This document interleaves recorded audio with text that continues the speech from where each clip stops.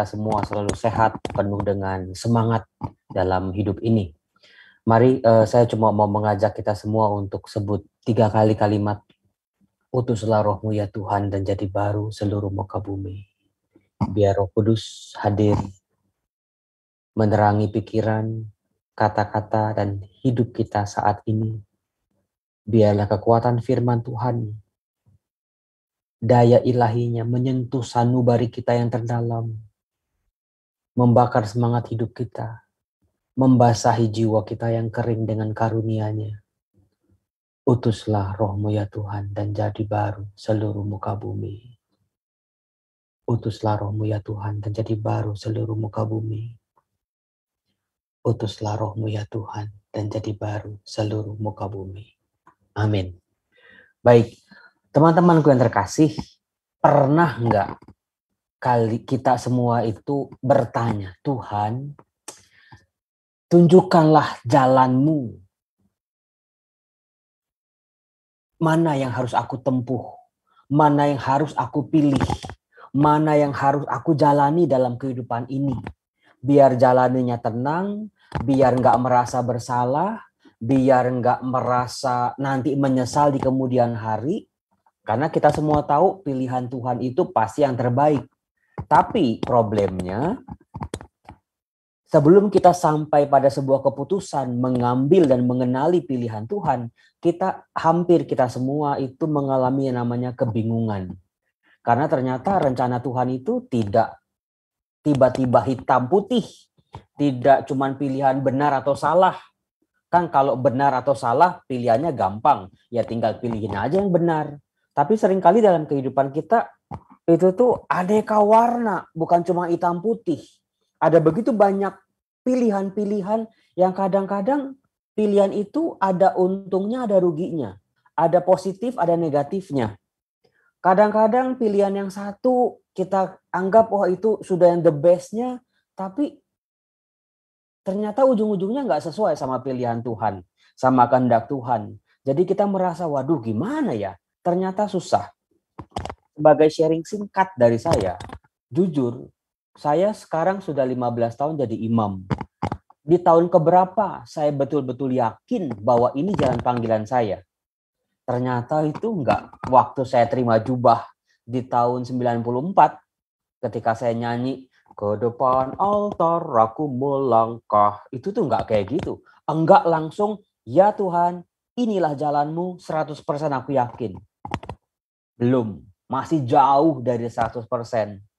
Bahkan ketika tahun 2006 saya tabisan jadi imam, menerima penumpangan tangan dari Bapak Uskup, dipakein kasula, nama saya diganti jadi Romo Yosef.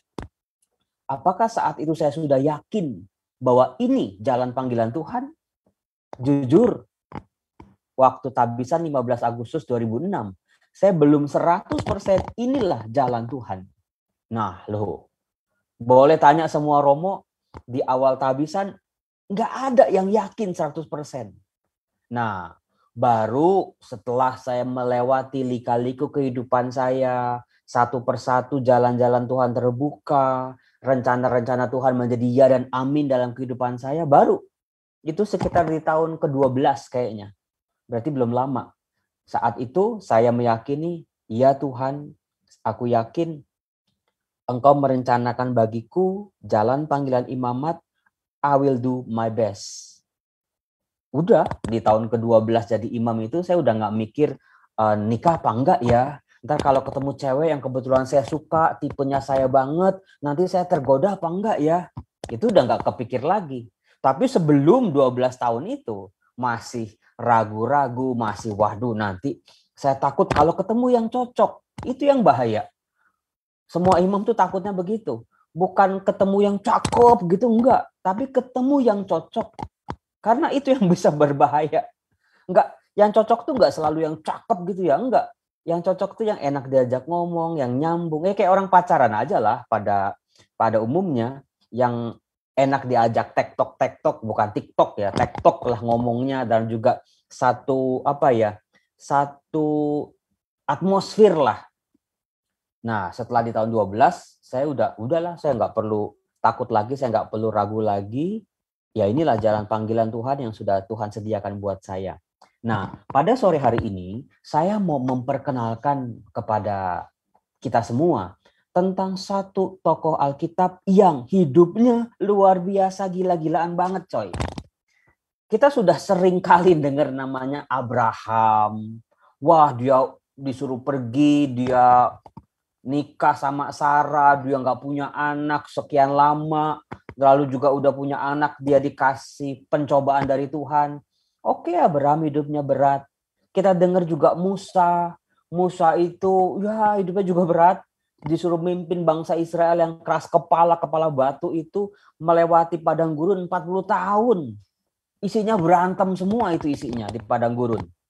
Kita juga ingat Daud, Samuel, tokoh-tokoh besar dalam perjanjian lama yang ternyata hidupnya juga, meskipun saya katakan mereka tokoh-tokoh besar, tapi bukan berarti mereka tuh langsung Tuhan ini kehendakmu, I will take it.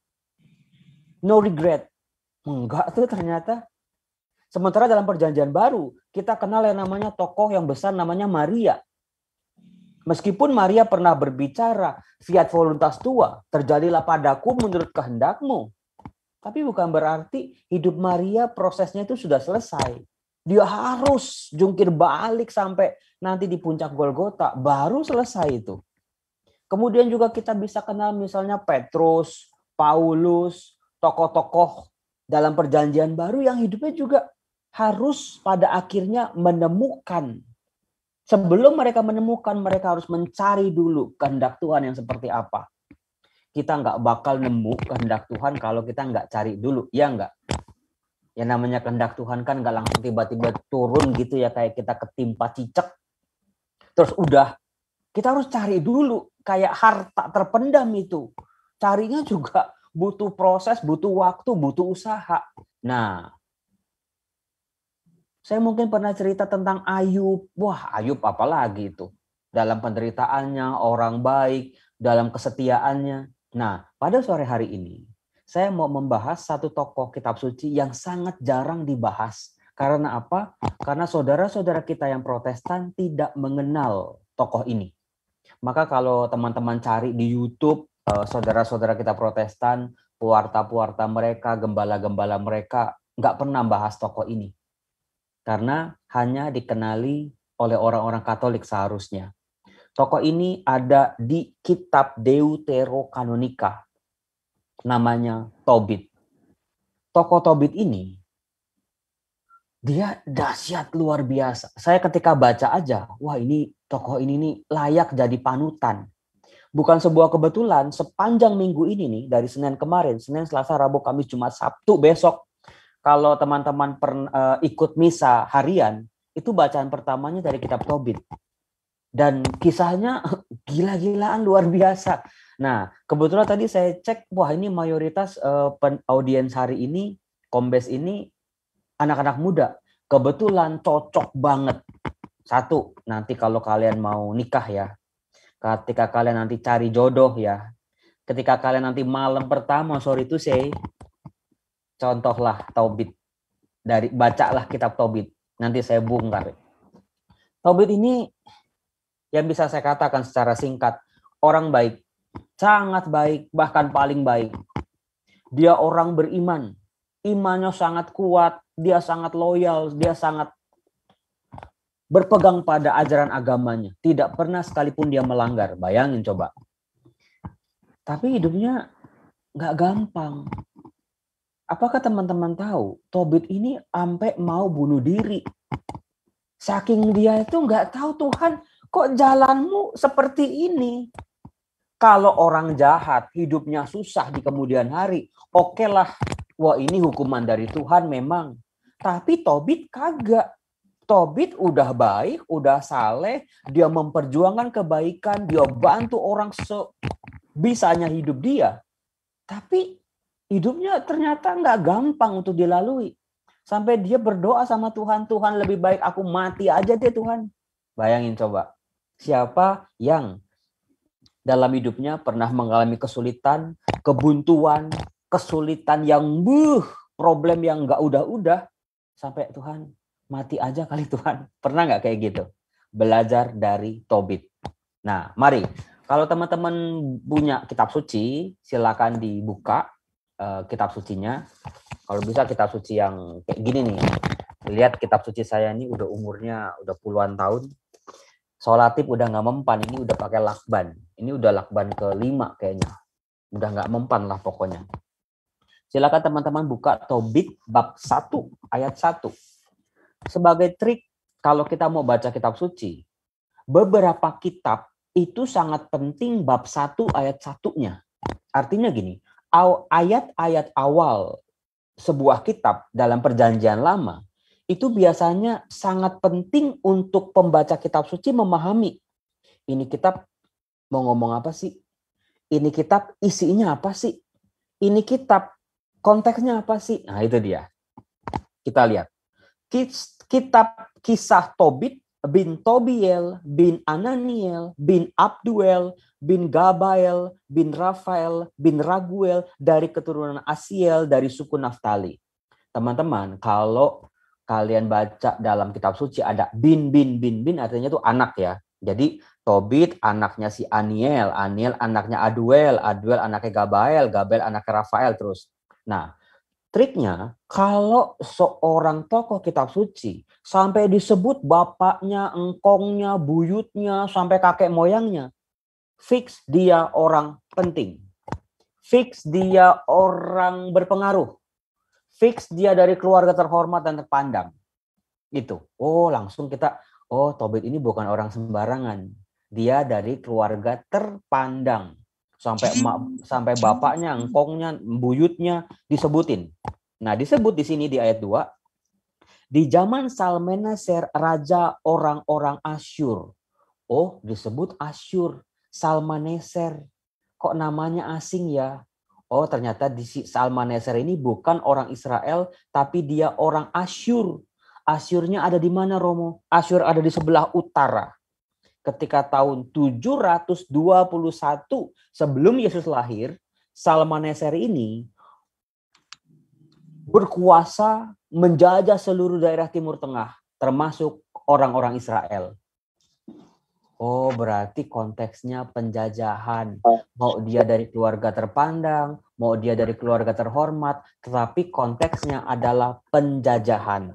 Disebut Tobit diangkut tertawan dari Tisbe yang terletak di daerah selatan Kudios Naftali di Galilea, di atas Hazor, ya ini di sebelah barat. Oh, ternyata Tobit ini dia tinggalnya di sebelah utara, yang memang pada tahun 721 kerajaan daerah utara ini dihancurkan oleh kerajaan Asyur, dan sebagian penduduk Israel dibuang ke Asyur sebagai orang-orang tawanan. Jadi dari sini kita langsung bisa menebak, apakah itu sebuah hidup yang ideal? Apakah itu sebuah hidup yang enak? Apakah sebuah hidup yang nyaman? Pasti tidak. Ya namanya orang dibuang, harta bendanya dirampas atau dirampok. Rumahnya harus ditinggal maksudnya. Ladangnya, ternaknya, semuanya ditinggal. Jadi cuma bawa badan doang, diangkut ke pembuangan sebagai gelandangan tawanan perang. Jadi, waduh, kasihan ya hidup Tobit ya. Iya. Nah, kemudian di ayat 3 kita bisa melihat sebuah informasi tentang siapa Tobit dan juga bagaimana hidupnya. Dikatakan, aku Tobit menempuh jalan kebenaran dan kesalehan seumur hidupku dan banyak melakukan kebajikan kepada para saudara. Jadi di sini Tobit memberi sebuah kesaksian, dia seumur hidupnya mendedikasikan hidupnya pada kebaikan, pada jalan Allah, pada terang firman Tuhan, pada kekuatan Allah yang mau dia andalkan. Meskipun dia, bangsanya, keluarganya dibuang ke Asyur, ke utara, Tobit tidak kehilangan iman kepercayaannya pada Tuhan. Nah, yang menarik adalah ternyata ketika orang beriman ini mengalami kesulitan hidup, penderitaan, problem, persoalan, entah yang namanya kelaparan, dihina, dicaci, dimaki oleh orang-orang jajahan, ternyata hampir semua dari mereka meninggalkan iman mereka. Kadang-kadang itu bukan sebuah pilihan, mau ikut Tuhan apa tetap setia sama Tuhan ya. Kadang-kadang kita nggak diajak untuk memilih kok. Kadang-kadang kita dipaksa untuk memilih. Nah, orang-orang yang kesulitan, orang-orang yang hidup dalam penderitaan di tanah buangan, mereka bukan cuma meninggalkan harta, benda, tanah mereka, tapi juga mereka menanggalkan iman mereka. Sebuah kehidupan yang miris, sebuah kehidupan yang menyedihkan sebetulnya.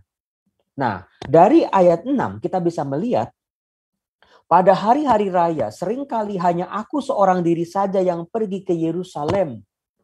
Oh, ternyata dari sini kita bisa melihat meskipun orang-orang sebangsanya, keluarga besarnya si Tobit ini membelot dari Allah, tidak setia kepada Allah.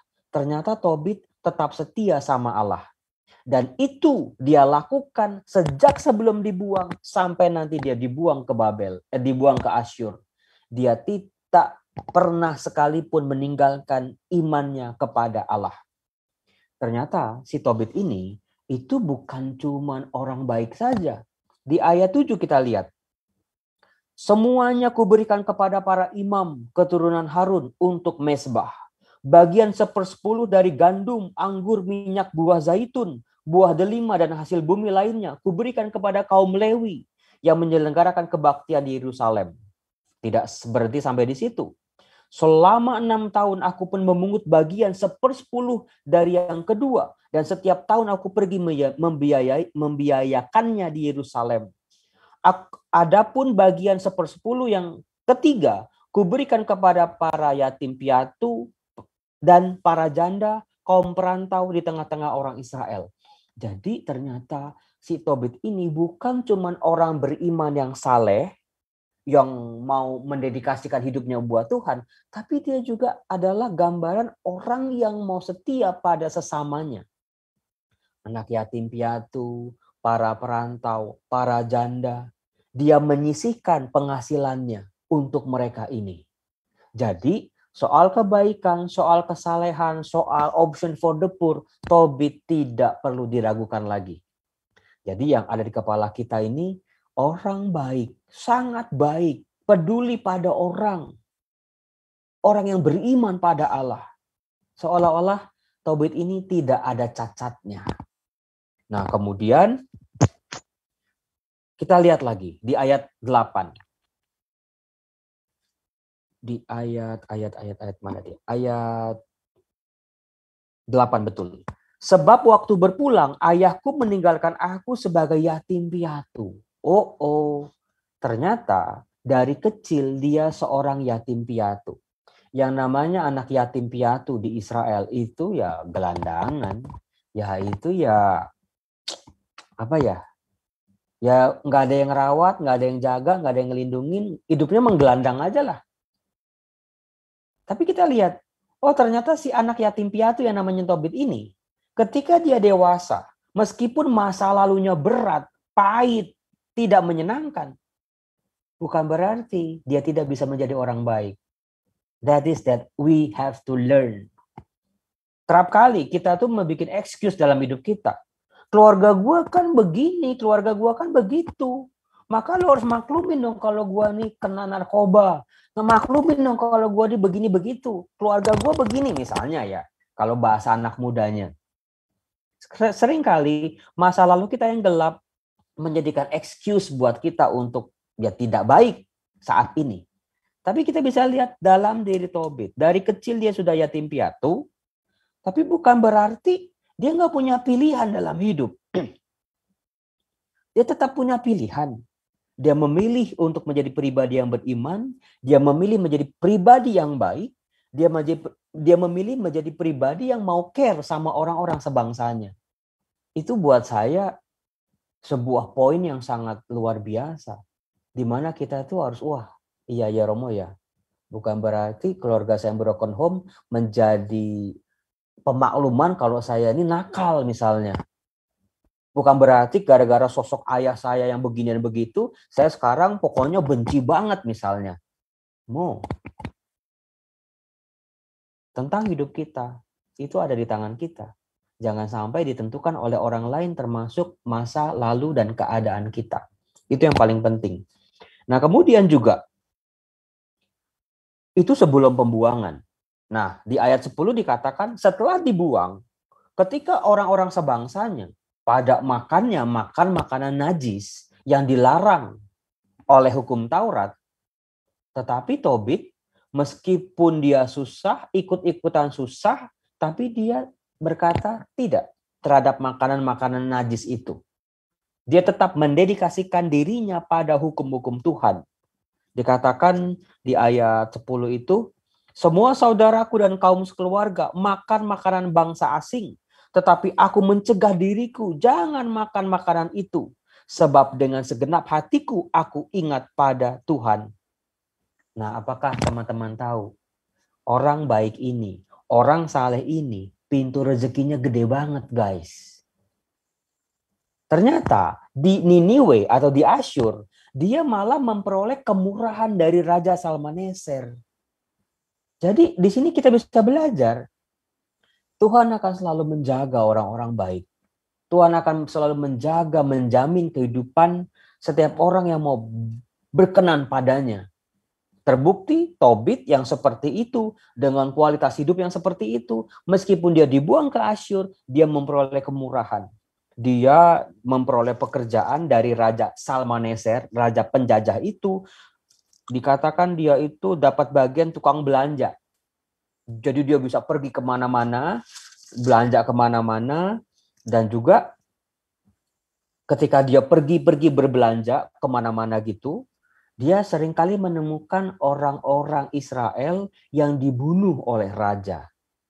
Dan mayatnya dibiarkan bergeletakan aja di pinggir jalan. Nah, hati orang baik ini tidak bisa tinggal diam. Meskipun hidupnya udah oke, hidupnya udah enak, tapi dia nggak bisa mengkhianati kebaikan dalam dirinya. Itulah yang membuat dia itu menguburkan orang-orang Israel, orang-orang sebangsanya yang dibunuh dengan semena-mena, dikuburkan secara layak. Inilah cikal bakal dari mengapa di gereja Katolik ada misa requiem, ada peringatan arwah. Semuanya itu akarnya dari kitab Tobit ini. Oh, pantesan Romo, saudara-saudara kita yang Protestan tidak ada misa requiem. Ya udah, kalau orang meninggal ya udah kebaktian udah habis itu selesai. Tapi dari Tobit, gereja Katolik belajar banyak hal. Mendoakan orang-orang yang meninggal. Itu sebuah pahala yang baik. Nah, tapi ternyata ini dia nih, mulai problem muncul. Namanya orang baik, selalu ada yang iri. Teman-teman pernah nggak diiriin sama orang? Cuma gara-gara kita baik. Ada aja yang iri, ada aja yang julid, ada aja yang ngomongnya enggak. Padahal kita udah berjuang menjadi orang baik. Nah, perbuatan si Tobit menguburkan orang-orang sebangsanya ini diaduin kepada raja yang membuat dia dikejar-kejar dan mau dibunuh. Akhirnya apa? Ya udah, dia mau dikejar-kejar sama raja, mau dibunuh, dia harus kabur, dia melarikan diri. Di situ dia harus meninggalkan hartanya, dia harus meninggalkan rumahnya, dia harus meninggalkan tabungannya yang sudah dia siapkan selama dia hidup di negeri Asyur. Bayangin teman-teman, 2 kali loh dia kehilangan. Sebelum dibuang, sekarang di pembuangan dia kehilangan lagi hartanya. Bayangin, aduh, kalau kita jadi Tobit coba. Dia kira-kira dia bisa bertanya apa pada Tuhan? Tuhan, kok kehendakmu seperti ini? Aku sudah baik, aku sudah berbakti, aku sudah taat, aku sudah setia, tapi kok hidupku seperti ini? Tapi luar biasanya, Tobit tidak menyerah pada Tuhan. Nah, pada akhirnya si Raja Salmaneser ini meninggal, diganti oleh anaknya. Pada akhirnya Tobit bisa kembali lagi ke Asyur. dia bisa kerja lagi di situ. Tapi yang namanya jalan Tuhan ya teman-teman ya, itu seringkali tidak pernah tuh begitu masalah selesai terus udah. Selalu ada masalah-masalah baru yang bikin kita tambah dewasa. Masalah yang kedua yang muncul dari hidup Tobit adalah dia jadi buta. Kisah ini lumayan terkenal. Jadi ketika dia udah kembali ke rumahnya, dia makan. Ketika dia mau makan sama anaknya, dia ingat ada orang-orang di jalanan yang kelaparan. Terus dia nyuruh anaknya, Tobia namanya, coba kamu panggil orang-orang sebangsa kita supaya dia kalau mereka lapar, coba panggil kita makan bareng. Coba. Itu kan pribadi karakter yang luar biasa banget ini. Nah, ketika itu dia diceritakan dia lagi leha-leha, duduk-duduk santai-santai di tembok rumahnya, tiba-tiba di atas itu ada burung. Nah, burung itu beol. Tai-nya kena matanya. Satu-satunya kata tai di kitab suci itu ada di Tobit, itu di Tobit bab 2 ayat 10. Aku tidak tahu bahwa ada burung pipit di tembok tepat di atas diriku, maka jatuhlah tai hangat ke dalam mataku. Itu tuh kata tai dalam kitab suci itu, saya tunjukin. Tobit bab 2 ayat 10. Jadi itu dia lagi leha-leha, hidupnya kan udah tenang nih. Masalahnya yang tadi udah selesai. Udah tenang, lagi santai-santai, ada burung pipit beol, ceprot, tai hangat kena matanya, buta lah dia. Nah dikatakan dia udah berobat itu kemana-mana. Bukannya makin sembuh, makin parah penyakitnya. Yang membuat dia 4 tahun lamanya tidak dapat melihat. Kalau cuma sehari, 2 hari, sebulan, 2 bulan, mah oke lah. Ini 4 tahun guys. Seorang kepala keluarga nggak bisa ngelihat. Hasilnya apa? Insecure. Bayangin coba, kepala keluarga yang harusnya bisa nyari duit, menopang dapur, asap dapur gitu ya. Sekarang 0 penghasilan karena buta. Jadinya apa? Insecure. Kalau seorang suami insecure, udah keluarganya bisa berantakan. Kita bisa lihat dalam kisah di bab 2 ayat 11. Bininya si Tobit, gara-gara lakinya nggak bisa nyari duit, dikatakan, di masa itu istriku Hana mulai memborong pekerjaan perempuan. Mungkin jadi buruh tani, iya. Jadi pembantu di rumah-rumah orang kaya, iya. Jadi tukang jahit, iya. Tukang cuci, iya. Tukang apapun. Pokoknya pekerjaan perempuan diborong sama dia. Kenapa Romo? Kok susah amat? Bisa bayangin guys, gaji atau penghasilan laki-laki pada zaman itu dengan perempuan itu beda jauh. Kalau seorang laki-laki bisa menghidupi keluarganya, kalau seorang perempuan cari duit, penghasilannya nggak sebanding. Itulah yang membuat istrinya, namanya Hana, dia apapun dia kerjain supaya bisa makan keluarganya, dirinya, suaminya, dan anaknya. Capek, udah pasti nggak usah ditanya.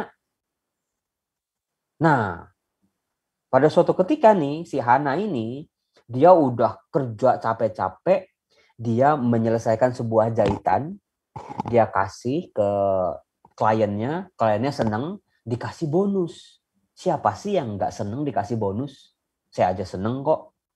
Kita semua kan seneng lah, kita merasa dihargai, kita merasa, oh orang ngerti kita capek, oh orang lain ternyata punya hati ya. Nah, si Hana ini dikasih bonus sama pelanggannya.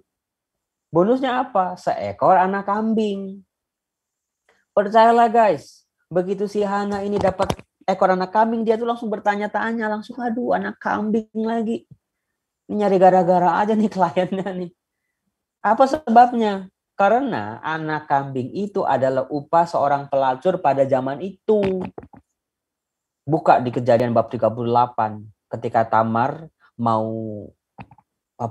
dikira pelacur sama mertuanya mau bayar pakai seekor anak kambing. Jadi begitu si Hana itu dapat anak kambing, di satu sisi dia seneng, di satu sisi dia merasa dihargai, di satu sisi waduh abis ini kita mau makan gulai kambing nih, mau dimasak ini, mau dimasak itu. Tapi di sisi lain dia juga mikir, aduh Gimana nih? Ya benar kejadian. Jadi ketika sampai di rumah dikatakan mengembiklah anak kambing itu. Iya. Di depan lakinya yang buta itu. Mungkin kalau ini anak kambing nggak ngembek, persoalan nggak ada. Begitu dia bawa diam-diam, mungkin itu anak kambing yang mulutnya dia tutup, ngembek lagi. Apa yang terjadi? Di ayat 13. Tetapi setibanya di rumahku, maka anak kambing itu mengembik. Nah itu dia. Lalu istriku kupanggil dan berkata, dari mana anak kambing itu? Apakah itu bukan curian? Kembalikanlah kepada pemiliknya. Sebab tidak diperbolehkan kita makan barang curian. Guys, kalau baca kitab suci itu pakai baper. Kalau kita jadi si Hana ini, dia udah kerja segala macam. Capek, dihina orang, mungkin juga ya diinjek-injek orang lah, katakanlah. Udah peres keringat, peres darah, banting tulang, kaki jadi kepala, kepala jadi kaki. Orang aja bisa menghargai dia. Orang aja bisa kasih bonus sama dia. Nah ini lakinya, udah kagak guna, udah nggak bisa nyari duit. Begitu pulang dia bawa kambing, langsung apa? Itu mah bukan pertanyaan dari Tobit, itu tuduhan. Kembalikan, kita nggak boleh makan barang curian. Waduh. Laki macam apa ini? Tapi Hana untungnya sabar. Nah ini nih ya. Untuk keluarga-keluarga muda nih yang seringkali juga gonjang-ganjing dalam mahligai perkawinannya, belajarlah dari Hana. Hana dituduh kayak begitu. Wah kalau saya jadi Hana ya, saya damprat itu si Tobit itu tuh. Dasar laki-laki. Mungkin kalau di sinetron Indonesia itu udah habis itu suami kayak begitu tuh. Ingat gak sinetron azab di Indosiar tuh. Kalau ada suami jadi buta gitu, disiram air atau diapain lah. Ada tuh banyak di TikTok. Mungkin kalau Hana ngikutin sinetron Indonesia mungkin kayak gitu. Tapi Hana enggak. Meskipun dia dituduh mencuri, usahanya, kerja kerasnya tidak dihargai, dia berkata begini, sahut istriku, ayat 14, kambing itu diberikan kepadaku sebagai tambahan upahku. Jadi si Hana nggak ngarang-ngarang, memang ya begitu keadaannya. Karena si Tobit itu begitu dia dengar suara anak kambing ngembik, dia langsung menuduh istrinya. Bukan cuma mencuri guys, ini istriku pasti ada affair. Ini istriku pasti main gila di luar, mentang-mentang lakinya udah gak guna. Gara-gara mentang-mentang lakinya udah buta. Itu suami yang insecure kayak apa sih? Jadi dia tuh merasa, waduh, habis dia. Maka dia menuduh. Nah, si istrinya, si Hana, meskipun dia dituduh, dia gak emosi. Dia menjelaskan duduk perkaranya. Tapi ya ini dia di ayat berikutnya. Tetapi aku tidak percaya kepadanya. Guys, kalau rumah tangga itu kalau udah nggak ada kepercayaan, nggak ada understanding, nggak ada trust in every relationship, nggak bisa bertahan. Apalagi trust. Kalau dalam hidup rumah tangga, apalagi keluarga muda ya, trust itu jangan sampai hilang. Makanya harus pinter-pinter jangan sampai trust itu rusak. Jangan sampai kita nggak dipercaya. Jangan sampai ya kita sendiri nyari gara-gara. Sampai orang nggak percaya lagi atau pasangan hidup nggak percaya lagi. Sebab kalau udah trust udah nggak ada atau udah rusak, susah lah. Kayak misalnya kalau saya suruh teman-teman robek itu kertas koran, kucek-kucek, terus coba sambung lagi. Mungkin bisa nyambung tapi nggak utuh seperti sebelumnya. Itulah trust. Hati perempuan itu kalau udah dikhianati guys. Meskipun di mulut mereka itu mengatakan aku nggak apa-apa kok. Mereka butuh waktu bertahun-tahun dan mereka akan selalu ingat. Dan siap-siap mereka mengulang-ulang kesalahan-kesalahan dengan litani-litaninya itu. Seolah-olah mereka sih baik-baik aja. Oke, I'm fine.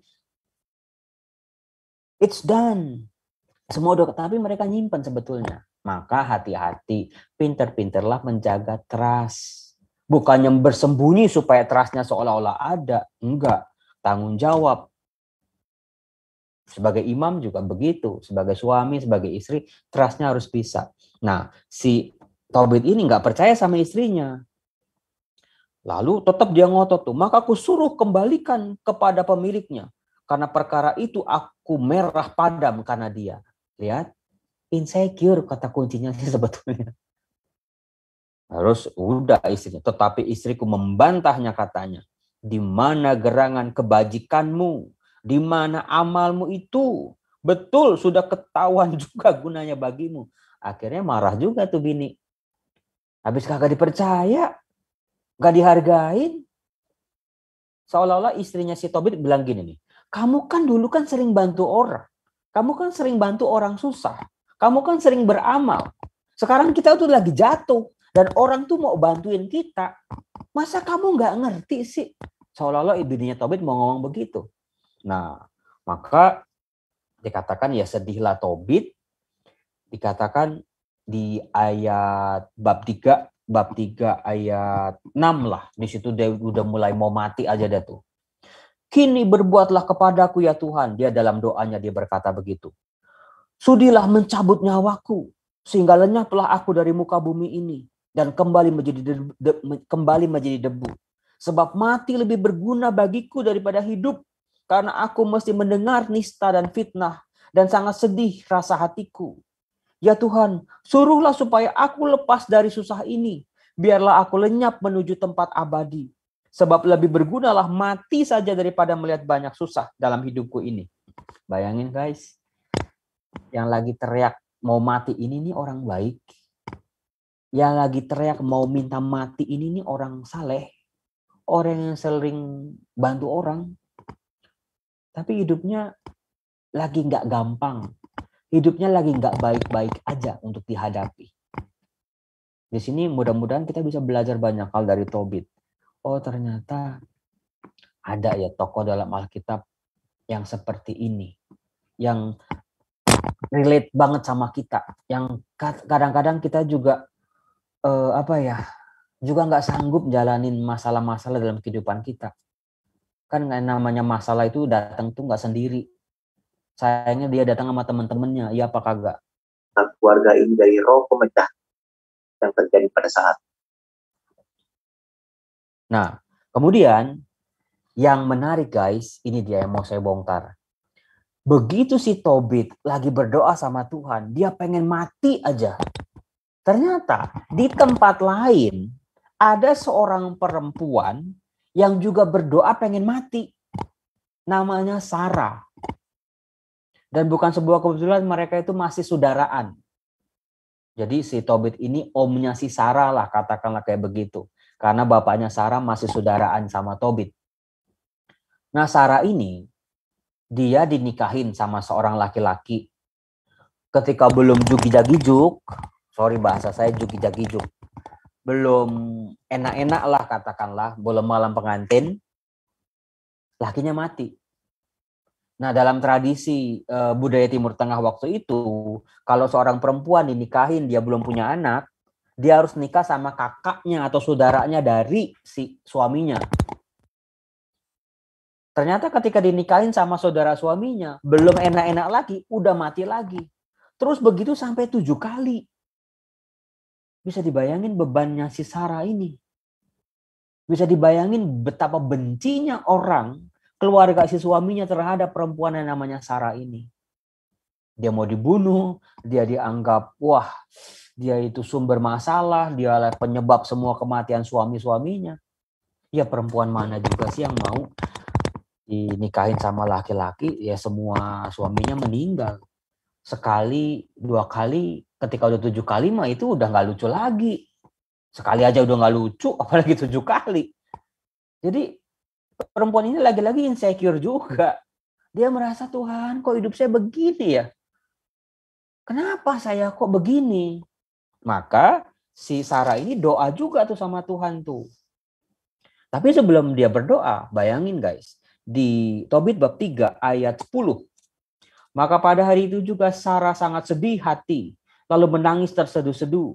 Kemudian ia naik ke bilik atas kepunyaan ayahnya dengan maksud menggantung diri. Lihat guys, tadi si Tobit masalah datang silih berganti, udah dia mati aja dah.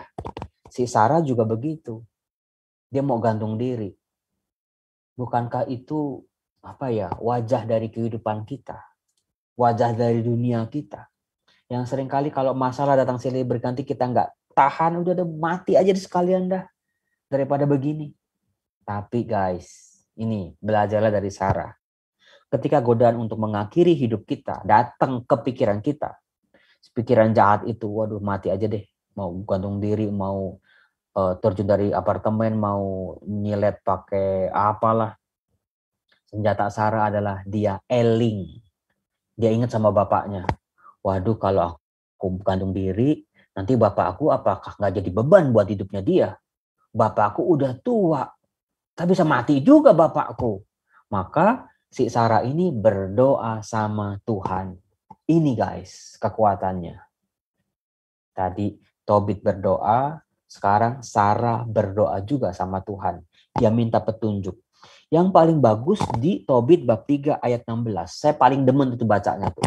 Tobit bab 3 ayat 16. Setelah si Tobit berdoa, si Sarah berdoa, apa yang terjadi? Pada saat itu juga, kedua orang itu, yaitu Tobit dan Sarah, dikabulkan permohonannya di hadapan kemuliaan Allah. Ini. Mungkin kalau jadi Tuhan itu ya sono lagi berdoa, wah kayaknya nih bisa disatuin aja supaya ngasih solusi dua-duanya. Nah, ini muncul tokoh yang namanya Rafael.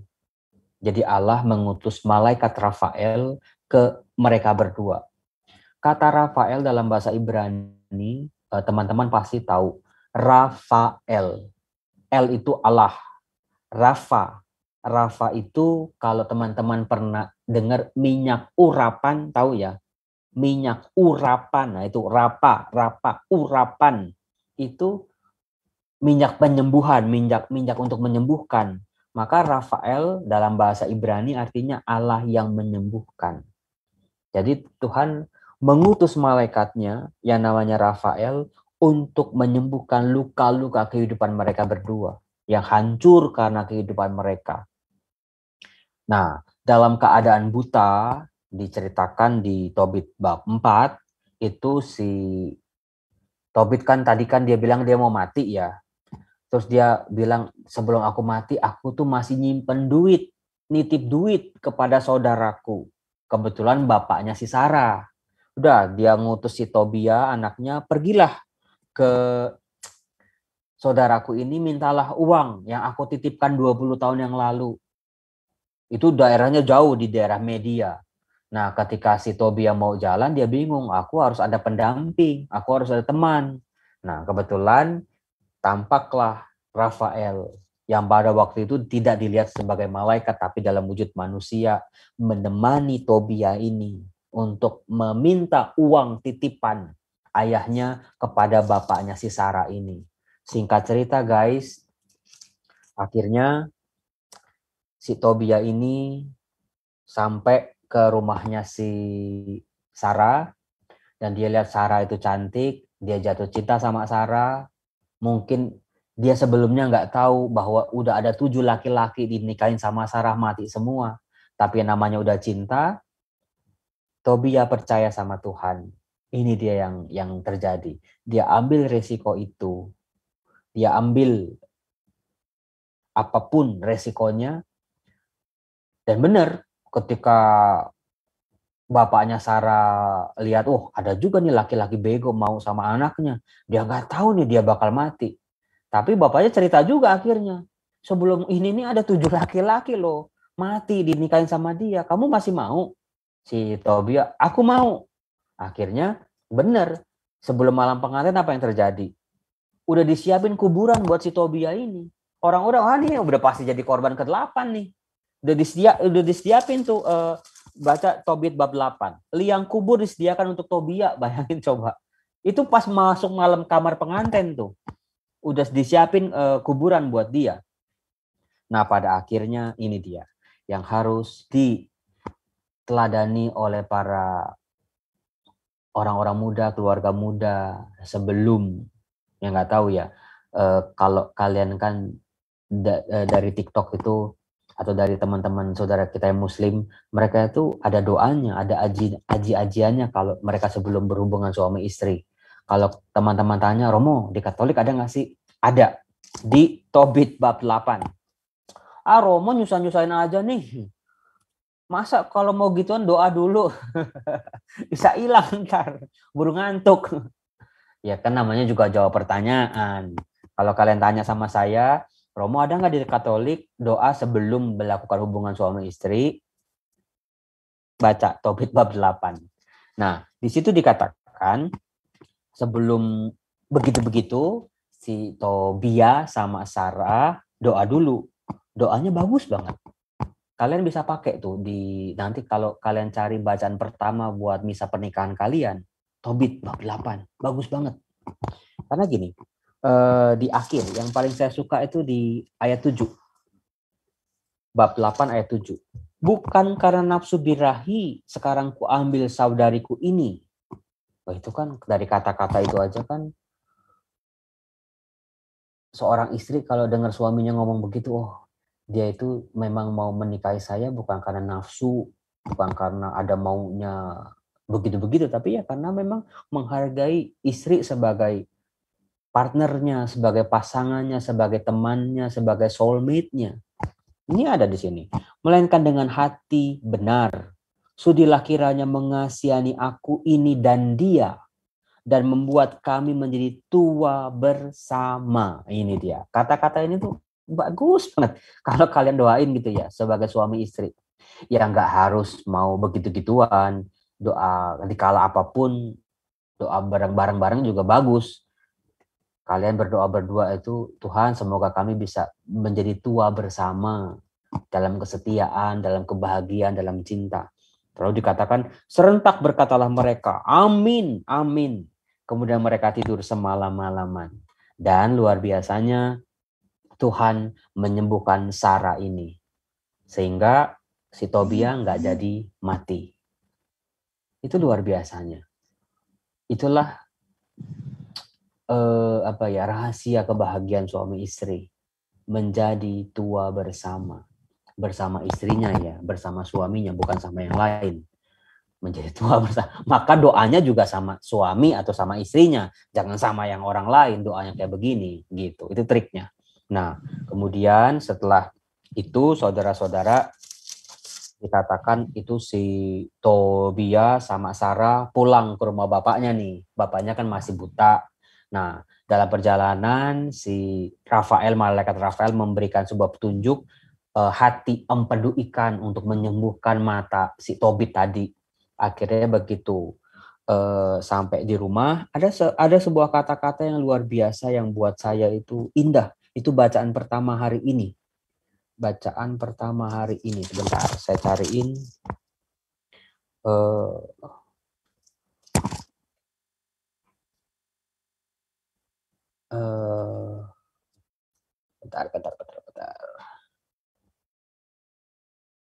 Bentar. Bacaan pertama saya langsung cari di handphone aja deh. Bacaan pertama hari ini, saudara-saudaraku, keren banget soalnya. Ini dia. Dari Tobit bab 11 ayat 5 dan seterusnya. Dikatakan begini, begitu si Tobia pulang ke rumah bapaknya, itu kata-kata si Tobit ini kepada anaknya itu bagus banget. Dikatakan, sebelum Tobia mendekati ayahnya, berkatalah Rafael kepadanya, aku yakin bahwa mata ayahmu akan dibuka. Oleskanlah empedu ikan itu pada matanya, obat itu akan meresap dahulu, dan lalu terkelupaslah bintik-bintik putih itu dari matanya. Maka ayahmu akan melihat lagi, memandang cahaya. Tapi bukan.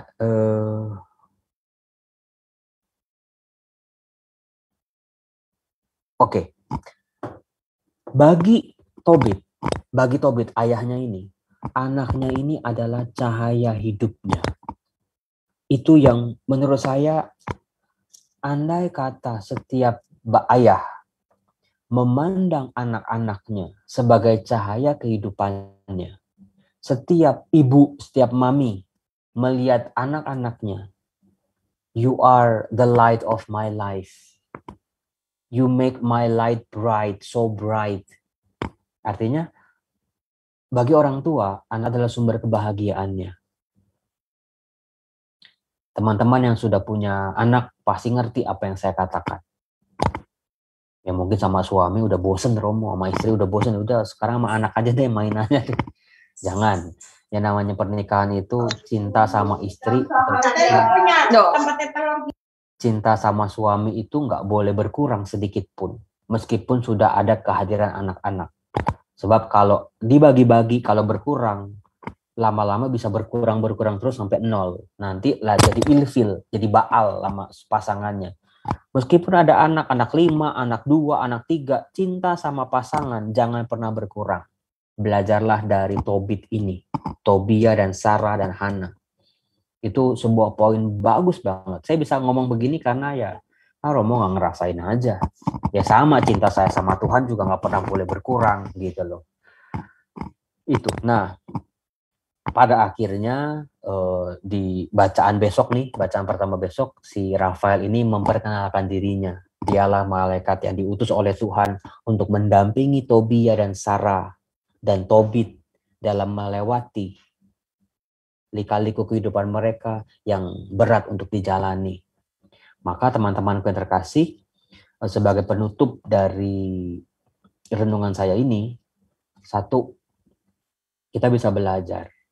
Oh iya Romo ya, semua tokoh dalam kitab suci, semua tokoh besar, tokoh-tokoh beriman yang besar, ternyata harus melewati lika-liku kehidupan juga ya.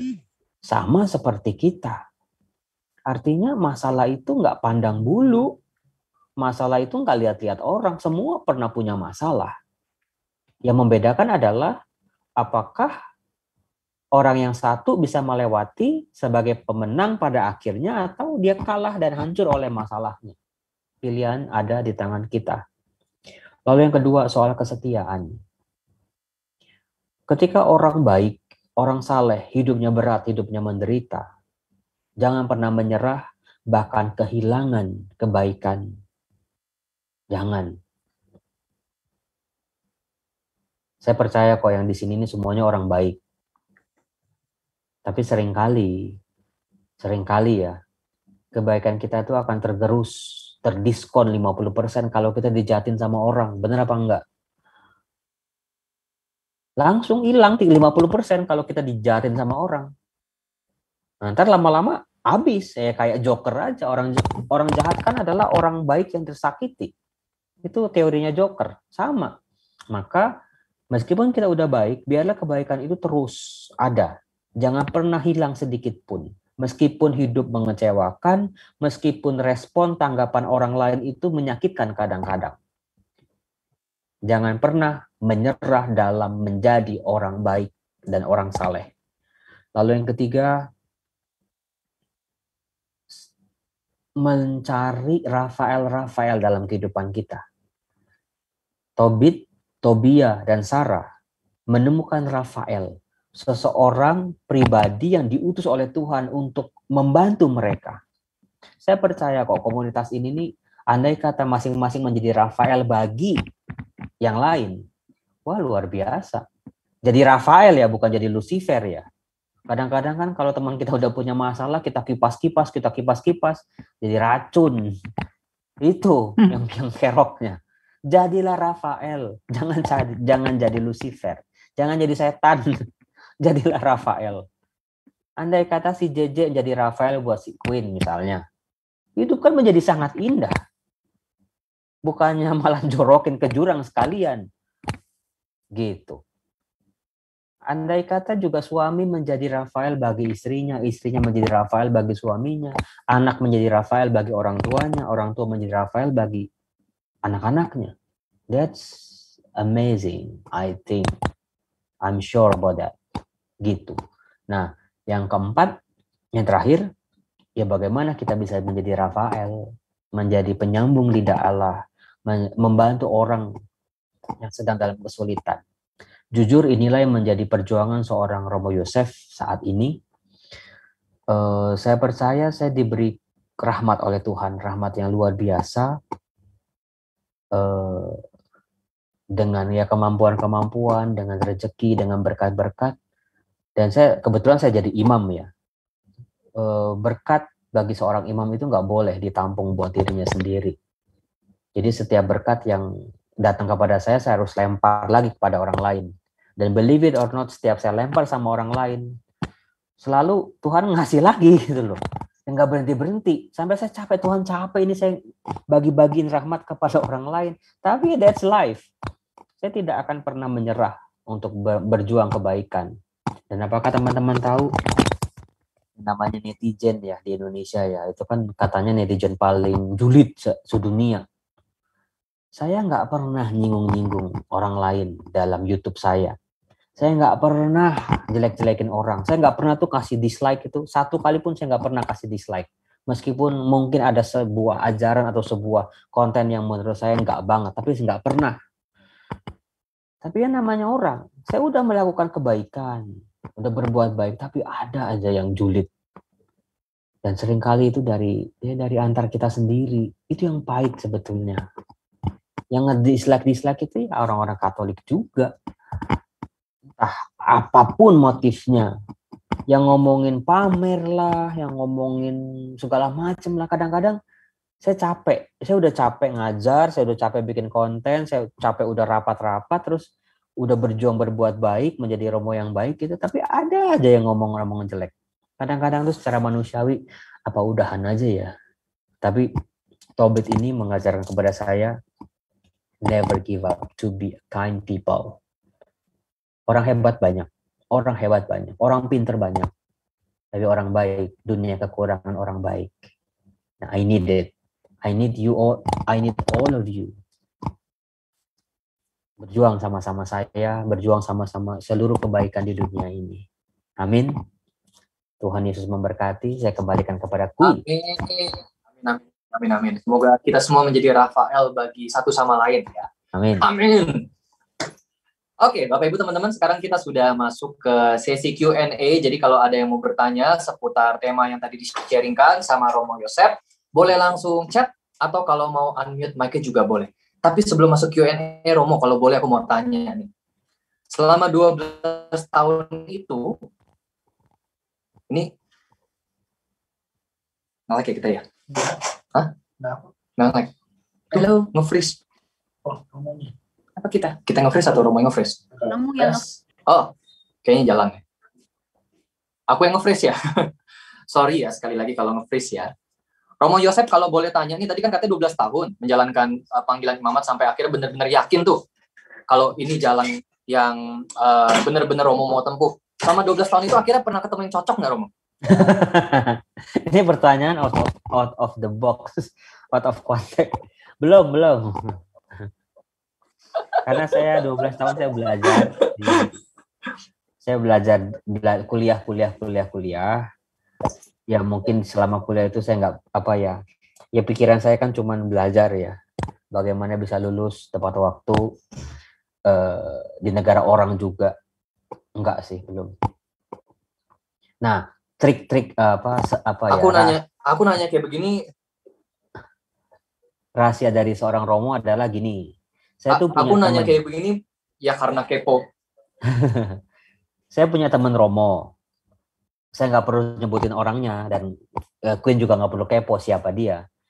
Saya tuh selalu cerita sama dia. Tipe saya tuh kayak gimana, bro? Tipe gua tuh kayak begini bro. Hati-hati ya kalau gua udah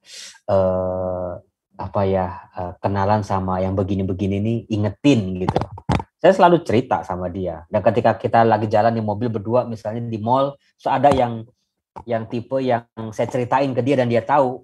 Bro, tipe lu tuh bro. Ya kita main ledek-ledekan aja. Tapi minimal saya nggak pendem sendiri. I need someone. Saya memerlukan orang lain tempat saya curhat, tempat saya yang bisa saya percaya. Jadi pilihlah teman yang bisa dipercaya, jangan yang ember bocor. Begitu saya cerita gitu langsung muncul di wall Facebooknya. Wah, itu bahaya. Jadi pilihlah teman yang bisa dipercaya. Kalau ngomong begini-ginian tuh pilih, jangan sembarangan orang gitu loh. Dan dia tahu saya akan mudah lemah di mana gitu, dia tahu. Dan dia akan selalu ngingetin saya kalau ada gejala-gejalanya ke situ gitu. Dah, pertanyaan lain. Jangan salah Tobit. Jangan pilih lawan, pilihnya kawan. Tapi aku nanya gitu bukan satu kepo Romo, tapi kedua karena tadi kan Romo sendiri bilang kalau untuk para Romo itu masalah yang real untuk kalian adalah ketika ketemu seseorang yang merasa cocok lalu kalian para Romo bisa berbelok arah gitu. Dan aku yakin ketika Romo setelah 12 tahun akhirnya yakin pun itu kan bukan berarti masalah hilang toh. Ya. Ketika kita yakin sama oh ini jalan yang gue mau ambil, jalan yang sesuai sama Tuhan, kemauan Tuhan, kan bukan berarti masalah akan hilang. Masalah tetap akan ada gitu. Mungkin dalam bentuk yang sama. Nah, tadi pertanyaan aku adalah gimana cara kita bisa, kok Romo 12 tahun gitu, terus punya masalah atau ketemu yang cocok gitu, kok akhirnya bisa sampai yakin, dan setelah yakin ini ketemu masalah yang sama enggak, dan apakah masalah itu hilang? Tadi aku mau nanyanya ke arah situ. Tapi yuk kita ke Tobit dulu ya. Jangan insecure sih ke Tobit.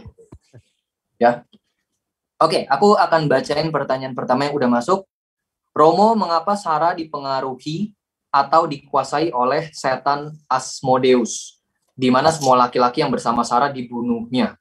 Mengapa Sarah yang baik tetap dapat diikuti oleh Asmodeus? Apakah dikirimkan atau bagaimana hal tersebut dapat terjadi? Terima kasih, Romo. Baik. Yang pertama-tama tadi diceritakan bahwa konteksnya adalah mereka sedang di luar Israel, sedang di Asyur. Asyur itu ada di daerah Mesopotamia. Kalau kalian cek di YouTube, Mesopotamia is the ancient city, penuh dengan magic, black magic even. Tahyul-tahyul, roh-roh, kuasa-kuasa jahat, penyembahan-penyembahan berhala, itu. Babilonia itu pusatnya magic dan ilmu hitam. Nah, jadi ya orang Israel yang tinggal di daerah-daerah seperti itu ya pada akhirnya ya kena gitu loh. Untungnya dibebaskan oleh Allah. Gitu sih jawaban saya. Oke. Berarti kayak disantet gitu ya, kurang lebih ya. Ya. Pasti cantik. Oke. Ya, Pertanyaan Sarah pasti berikutnya. cantik. Romo. Saya bayangin Sarah itu pasti cantik. Kalau nggak cantik, ngapain juga orang nyantet dia gitu ya. Iya, benar sih. Tapi di kitab itu nggak diceritain ya Romo, bagaimana suami-suaminya tuh mati mendadak aja gitu atau mati mendadak? Nggak dikasih tahu ya? Mati mendadak. Mati mendadak. Orang-orang tuh marah sama si Sarah itu. Mana dia? Engkau belum menikmati suamimu, tapi suamimu sudah.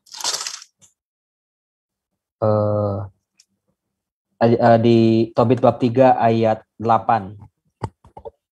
Engkau sendirilah yang membunuh para suamimu. Engkau sudah diperistrikan kepada 7 orang, tetapi tidak ada seorang pun yang engkau nikmati juga. Dan lain seterusnya. Jadi ya diceritakan matinya mati mendadak sebelum mereka berhubungan suami istri. Iya. Oke, ini ada pertanyaan berikutnya. Romo Jo, dalam Tobit 12:15 dikatakan bahwa Rafael adalah salah satu dari 7 malaikat. Kenapa hanya 3 saja yang disebut? Gabriel, Mikael, dan Rafael. Disebut dalam perjanjian baru. Tapi 7 itu ada dalam perjanjian lama. Bisa dicari sendiri. Saya kurang hafal 7 nama 7 malaikat Tuhan ya.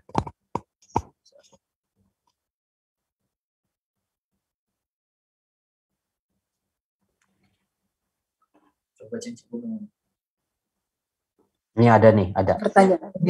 Ada Uriel, Yehudiel, Berakiel, Sealtiel. Saya cari di Google barusan.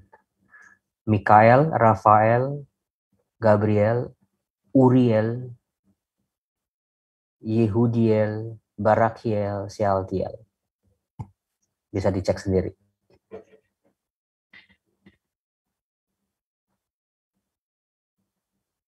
Oke.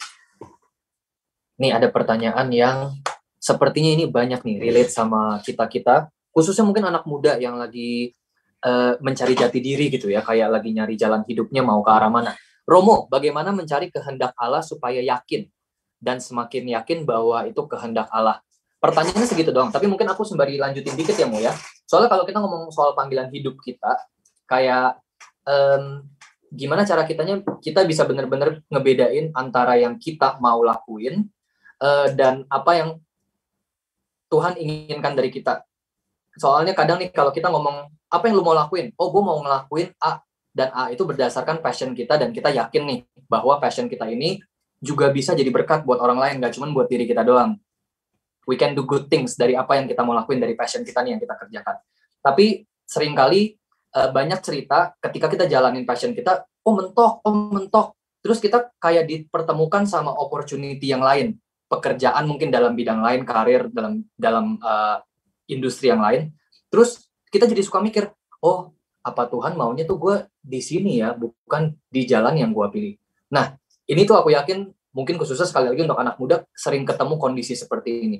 Jadi kembali ke pertanyaan tadi, gimana nih cara kita bisa tahu apa yang Tuhan mau dan apakah yang Tuhan mau itu bisa diselaraskan sama yang kita mau?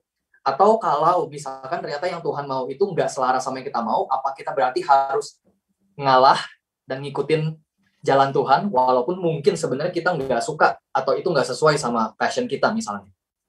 Ya, apa yang ditanya itu dalam bahasa rohani disebut spiritual discernment, yaitu pembedaan roh.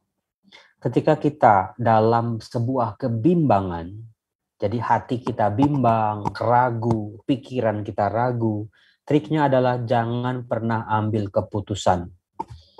Ini yang seringkali orang salah. Dalam keraguan, dalam kebimbangan, apalagi kalau udah dipaksa sama pihak-pihak luar, yang membuat dia akhirnya ya udah dah buat nyenengin orang tua, buat nyenengin si A, si B, atau daripada orang ngomong yang enggak, ya udah deh, ambil keputusan tapi dalam hatinya ragu-ragu. Banyak loh perkawinan menjadi batal, menjadi tidak bahagia karena sebetulnya ketika dia memutuskan untuk menikah, itu masih dalam keraguan, gitu. Belum ada sebuah kemantapan. Banyak orang-orang muda jatuhnya di sini. Ya karena mami papi udah maksa-maksa Romo. Umurku kan udah segini Romo. Daripada dibilang begini begono, ditanya kapan kawin terus, udah capek Romo. At the end, yang rugi siapa? Yang nyesel siapa? Gitu.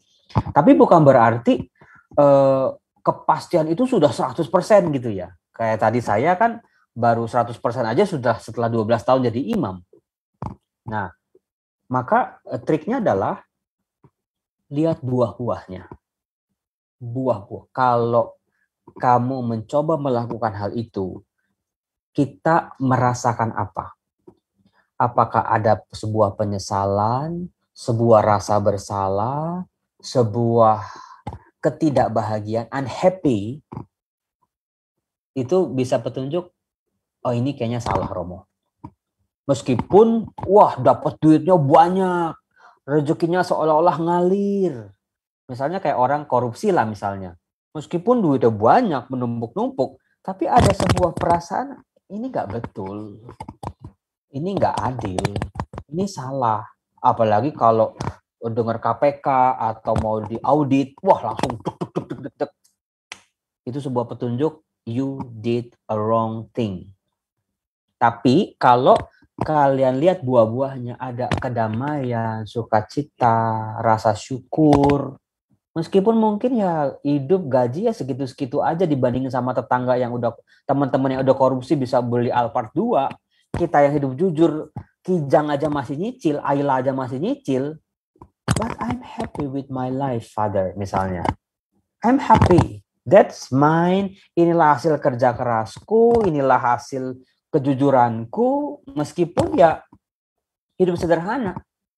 Meskipun ya mungkin bini tetangga nenteknya udah atas Hermes, tapi bini sendiri masih kantong plastik kresek Indomaret.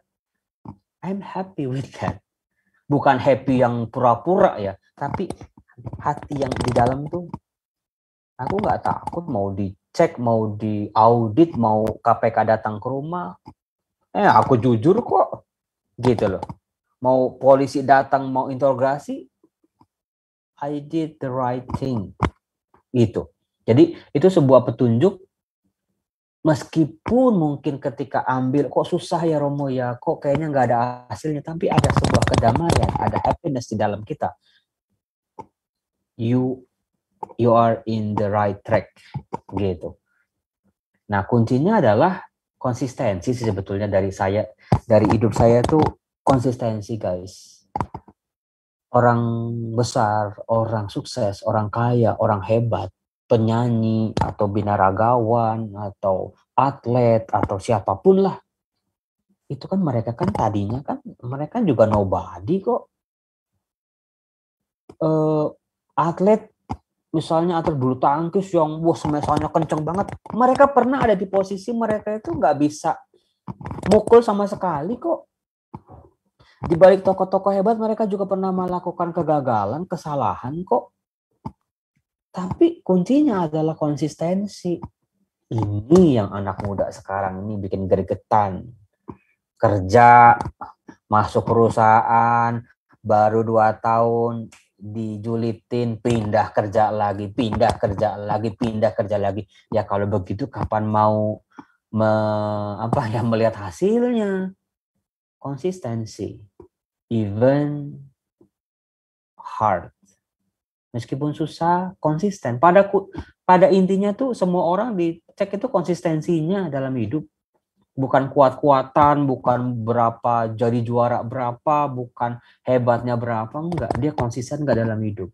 Ini yang sedang saya perjuangkan, sedang saya gali dalam kehidupan saya. Saya harus konsisten dalam hidup. Saya nggak boleh pelintat-pelintut, saya nggak boleh hari ini A, besok B. Harus konsisten. Kalau memang mau begini, begini.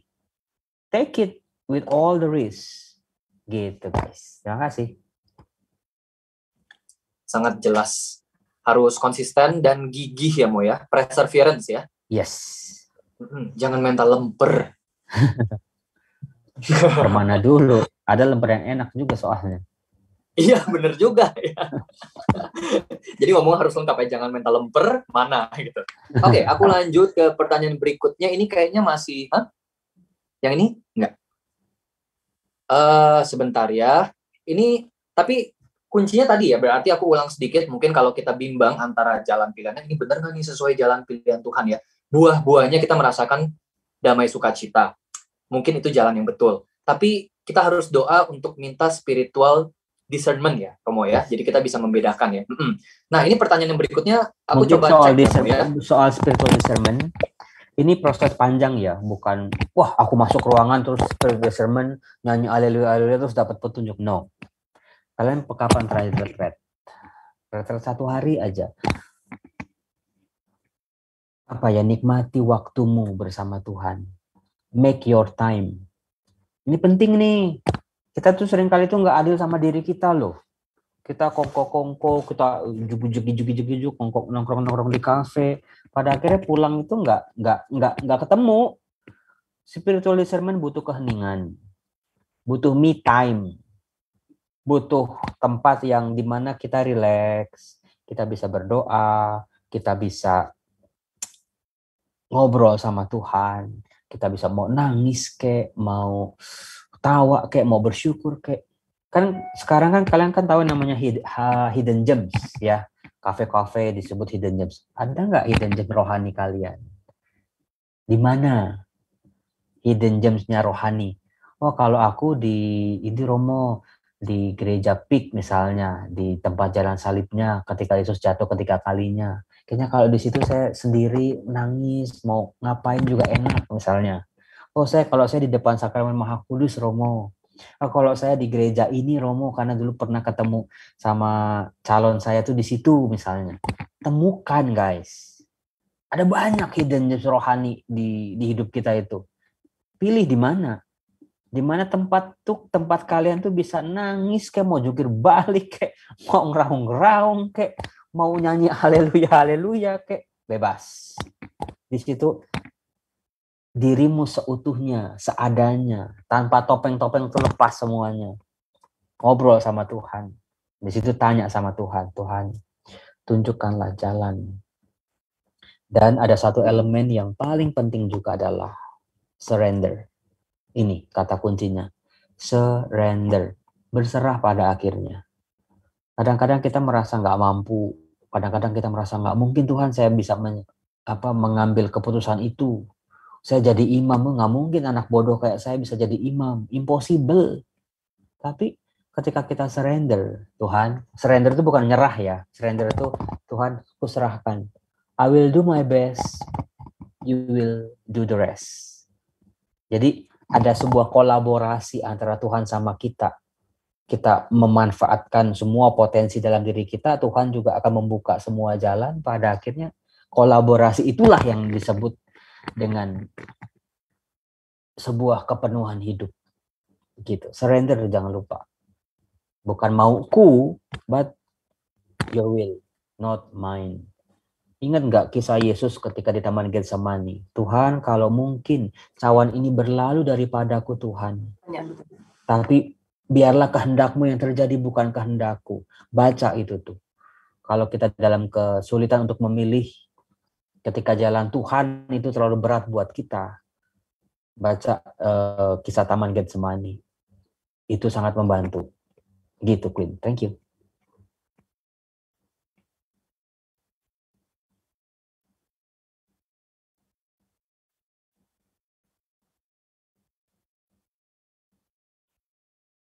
Mute. Oh, kita barusan nge-lag. Sorry. Ini pertanyaan berikutnya yang tadi aku mau bacain, sepertinya sih udah kejawab ya harusnya sama Romo barusan ya. Romo, bagaimana? Romo, sejauh mana dan bagaimana cara menentukan batas? Kapan kita harus berusaha akan sesuatu dalam hidup kita dan kapan kita harus pasrah kepada Tuhan Allah? Ketika kita melakukan maksimal dari sisi kita, mau ya. Setelah itu let God do the rest. Atau ada jawaban tambahan mungkin dari pertanyaan itu? Tadi, jangan pernah menyerah dalam berbuat kebaikan. Jangan pernah menyerah dengan perjalanan iman kita. Itu yang tidak ada batasnya itu. Sampai kita mati baru selesai. Jadi kalau ditanya batasnya, tidak ada batasnya dalam berjuang untuk memperjuangkan menjadi orang baik. Menjadi orang yang lebih baik lagi dari hari ke hari. Tapi tentang hasil akhir hidup kita, hasil akhir dari jawaban doa-doa kita, itu serahkan pada Tuhan. Kita berusaha, iya, harus berusaha. Semaksimal mungkin, iya, harus. Tapi at the end of all, the final goal, serahin sama Tuhan. Gitu loh. Jangan, wah kita maunya begini, harus begini, saya sudah rancangnya begini, Romo, harus jadi. Berarti kan itu maunya kita.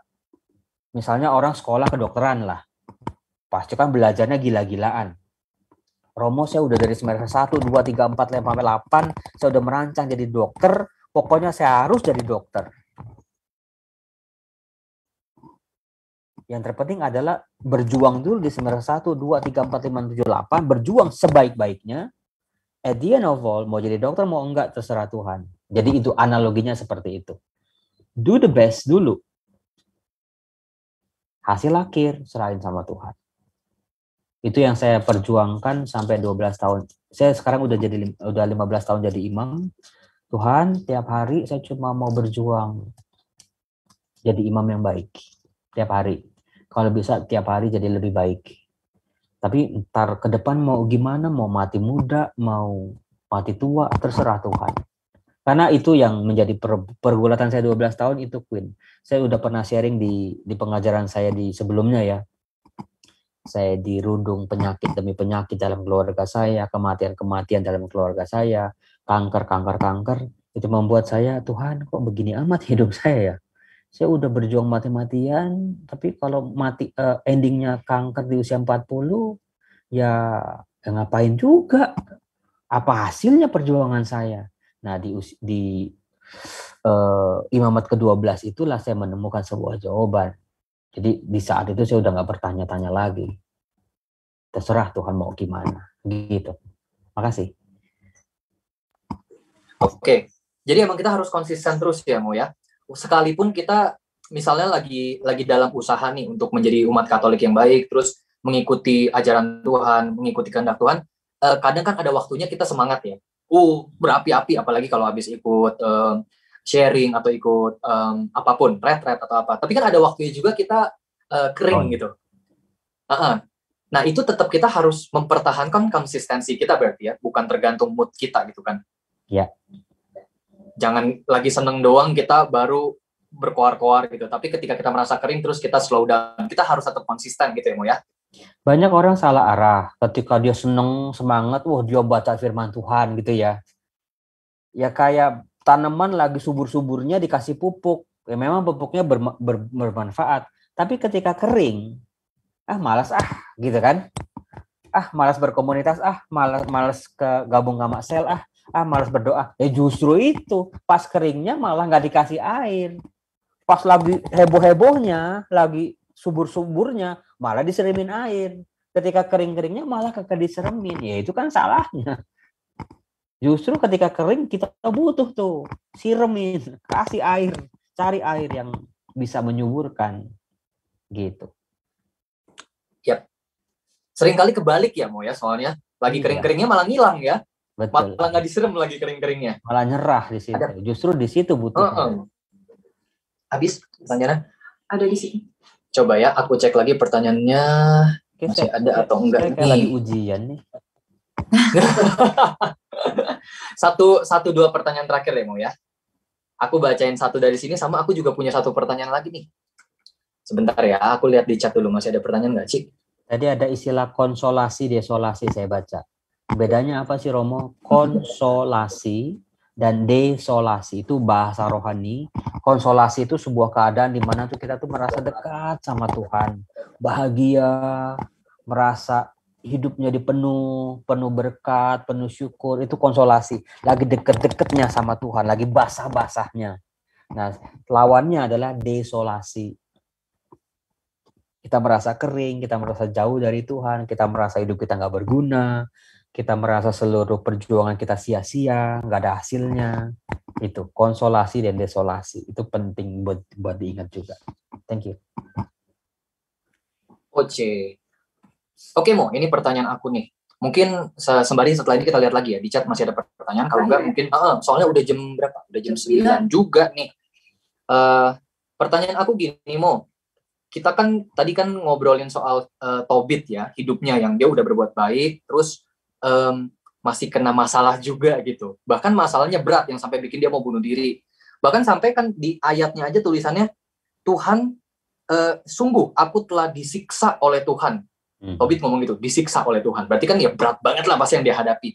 Terus kita juga punya tokoh Ayub kan, yang udah baik banget, udah beriman, kayak Tobit gitu. Tapi juga masih kena masalah, terus ketiban tangga pula gitu, sampai habis semua maunya. Nah, pertanyaan aku tuh, kita udah punya dua tokoh nih yang udah punya personality yang oke banget, imannya udah oke banget, tapi ternyata mereka aja masih kena masalah yang sebegitu besarnya.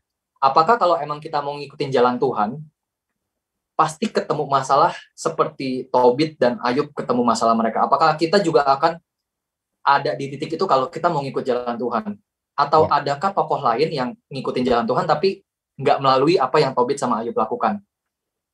Apa yang Tobit sama Ayub lalui, sorry. Oke, saya tambahin satu tokoh lagi, namanya Tuhan Yesus. Jadi Ayub, Tobit, Yesus itu sama tuh. Orang baik, melakukan kebaikan, peduli sama orang lain, tapi mengalami masalah yang sungguh luar biasa sampai Eloi, Eloi lama sabachthani, itu kan sebuah penderitaan yang luar biasa. Ada salah paham seperti ini. Romo, begitu saya baca Alkitab, saya ikut komunitas, saya deket sama Tuhan, kok masalah malah ada ya Romo, gitu kan? Seringkali kan kayak gitu tuh. Itu cara setan menggoda kita sebetulnya.